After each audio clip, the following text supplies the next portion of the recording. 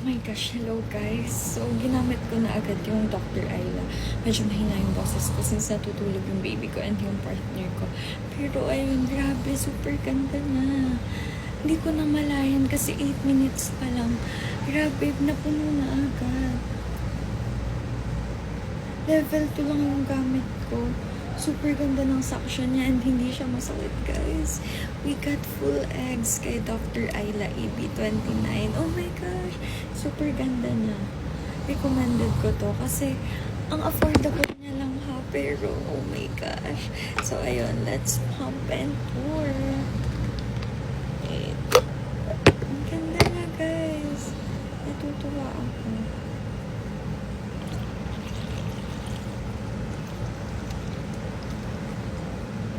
Hindi siya kasha. OMG, hindi kasha. Wait lang, guys. Ayun, kumuha ulit ako ng isang lagayan.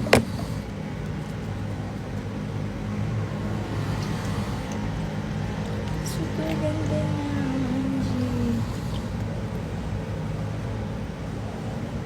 Left side ko lang yun, guys, ha? So, in my left side, we got, wait, hanggang ilang ounces ba? Hanggang, so it is 5 and then, so parang 7 to 8 ounces siya, guys.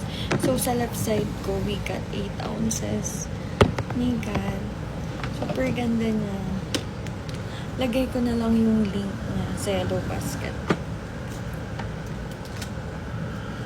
We got full eggs.